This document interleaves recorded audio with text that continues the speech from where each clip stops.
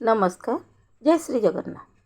ज्योतिषाचार्य doctor Sasmita मिश्र सबुदिन परी आपण मानक पई नहीं आछि ग्रह मानकर अवस्थिति पंचांग और दैनिक राशिफल विषय। आसंतु जानिमा ग्रह मानकर अवस्थिति संपर्क में।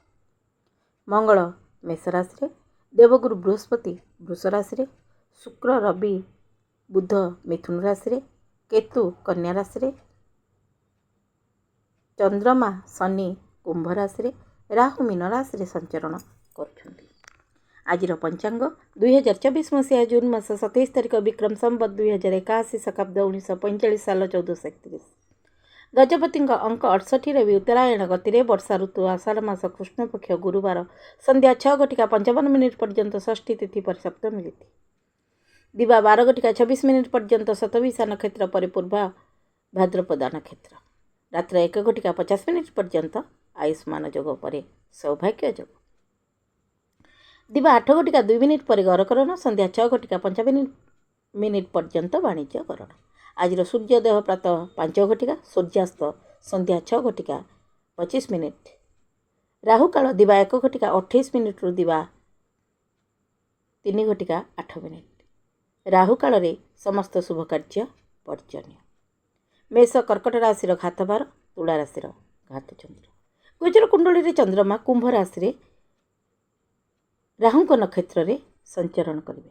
राशिचक्र क्रम अनुसार 12 गोटी राशि कि प्रकार फलाफल प्रदान करेंगे आसंतु जानिबा। कालपुरुषर प्रथम राशि मेष राशि। एकादशस्थ चंद्रमा राहु नक्षत्र में मंगल प्रभाव में संचरण करेंगे। भाग्यर सहयोग मिल कार्यक्षेत्र में सफलता लाभ करेंगे।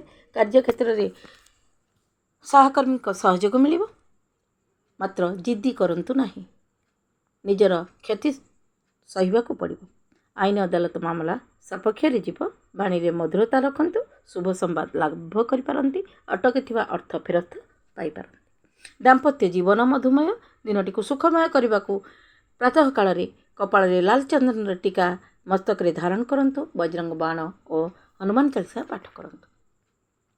वृष राशि दशमस्थ चंद्रमा राहु नक्षत्र में राहु प्रभाव में संचरण करेंगे। मान सम्मान में वृद्धि घट कार्यक्षेत्र में सफलता लाभ करेंगे। पूर्व विवादीय परिस्थितिर समाधान हो मात्र तरबरिया भाव कौन निष्पत्ति नियंतु नहीं, समस्या सृष्टि हो पारे। गुप्त कथा सार्वजनीन करंतु नहीं। धन प्राप्तिर जोग रही। पारिवारिक जीवन में थिबा विशृंखला दूरे जीव।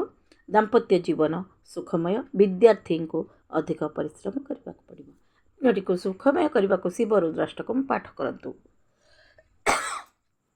ओ महादेव को जलाभिषेक करंतु। मिथुन राशि नवमस्थ चंद्रमा राहु नक्षत्र में देवगुरु प्रभाव में संचरण करेंगे। पितामाता सम्मान करंतु। भाग्यर सहयोग मिल पूर्व समस्यार समाधान हो। कार्यक्षेत्र में पदोन्नति लाभ करेंगे। कार्यक्षेत्र में अधिकार पर संघर्ष करने पड़ो। भावनात्मक संपर्क में पूर्व सृष्टि होता बद अवसान घटव। दाम्पत्य जीवन में मतभेद दूर हो। दिनटी को सुखमय करने को प्रातः काल केसर तिलक मथारे धारण करंतु। कर्कट राशि अष्टमस्थ चंद्रमा राहु नक्षत्र में चंद्रमा को प्रभाव में संचरण करेंगे। विनम्र रुहंतु। समस्त को सहयोग करंतु। कहवा पूर्वर चिंता करंतु। विरोधी षड्यंत्र करिपारंती। संतान पक्षरु थिबा समस्यार समाधान हेबो। कार्यक्षेत्र में सहयोगी मंतव्य मन को अशांत करिबो। उच्च अधिकारी सहयोग मिल। दाम्पत्य जीवन सुखमय। विद्यार्थी सफलता लाभ करेंगे। दिनटी को सुखमय करने को महादेव को जलाभिषेक करंतु एवं शिव रुद्राष्टकम पाठ करंतु। सिंह राशि सप्तमस्थ चंद्रमा राहु नक्षत्र में राहु प्रभाव में संचरण करेंगे। सकारात्मक भाव में विचार करी कार्य करंतु। कार्यक्षेत्र में नूतन योजना कार्यकारी हो पारे। संपत्ति संबंधी योजना लाभदायक हो। अटकी थिबा अर्थ फेरस्त पाइबे। जीवन साथी भावना को सम्मान दियंतु। विद्यार्थी सफलता लाभ करेंगे। खाद्य पानीय सावधानता अवलंबन करंतु। मद मांस ठारू दूरे रुहंतु। दिनटी को सुखमय करने को प्रातः काल महादेव मंदिर में दुग्ध अर्पण करंतु एवं बजरंग बाण और हनुमान चालीसा पाठ करंतु। कन्या राशि षष्ठ चंद्रमा राहु नक्षत्र में कुलदेवता कृपा लाभ करिवे। सामाजिक कार्यानुष्ठान बुझी विचारी निर्णय नियंतु। कार्यक्षेत्र में छोट छोट समस्या सृष्टि हो पारे। अतिथि मानक आगमन रे परिवार रे खुशीर लहरी खेल। परिवार रे वयोज्येष्ठ स्वास्थ्य प्रति सावधान रुहतु। यात्रा रे सावधानता अवलंबन करंतु। जीवन साथी सहयोग मिल। दिनटी को सुखमय करने को प्रातः काल शिव रुद्राष्टकम पाठ करंतु।